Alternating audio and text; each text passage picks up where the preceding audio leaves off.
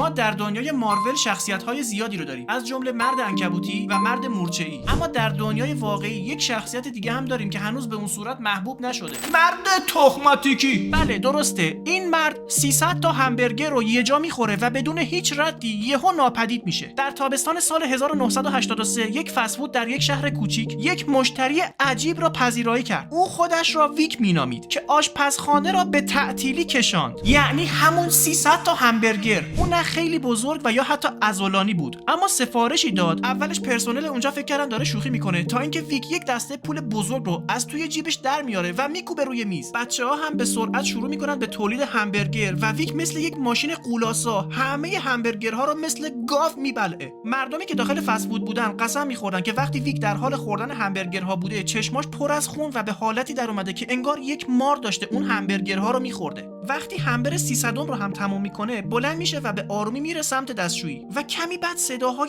عجیبی انگار ضربه های شدید و ناله های شدید از پشت در میومده. صاحب فست فود هم که از ترس ریده بود به خودش با شلوار خیس سری خودش رو میرسونه در دستشویی. وقتی در دستشویی رو باز میکنه میبینه هیچ کس داخل نیست و فقط پوست یک مار اونجاست. حالا سوال اینجاست، به نظر شما ویک چجوری ناپدید شده و بیشترین همبرگری که تو زندگیت خوری چند تا بوده؟